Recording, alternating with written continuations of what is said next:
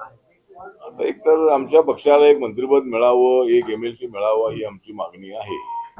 एक तर लोकसभेला आमच्या पक्षाला एक जागा ते दिली नव्हती. विधानसभेला आमच्या पक्षाला 2 जागा ते दिल्या, पण त्या न मागितलेल्या जागा ते दिल्या आणि त्या ठिकाणी उमेदवारी आमचे नव्हते. त्यामुळं मला असं वाटतं की माझा पक्ष जो आहे हा छोटा पक्ष असला तरी बॅलन्सिंग पॉवर ठेवणारा माझा पक्ष आहे. RPI मध्ये किती गट असले तरी माझा गट यांच्या बाजूला गेलेला आहे, त्यांना सत्ता मिळालेली आहे. काँग्रेस सोबत असताना काँग्रेसला सत्ता मिळालेली आहे, राष्ट्रवादीला सत्ता मिळालेली आहे.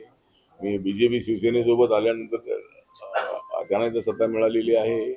त्यामुळं माझ्या पक्षाच्या कार्यकर्त्यांचा विचार होणं अत्यंत आवश्यक आहे. त्यामुळे RPI ला एक मंत्रिपद द्यावं अशी आमची मागणी आहे आणि पाहूया. मी देवेंद्र फडणवीस यांच्याशी बोललेलो आहे, कारण आम्ही BJPच्या अलायन्समध्ये आहोत. एकनाथ शिंदे आणि अजितदादा पवार हे नंतर आमच्या महायुतीमध्ये आलेले आहे. तर आता एखादं मंत्रिपद आम्हाला मिळावं आमच्या अशी अपेक्षा आहे.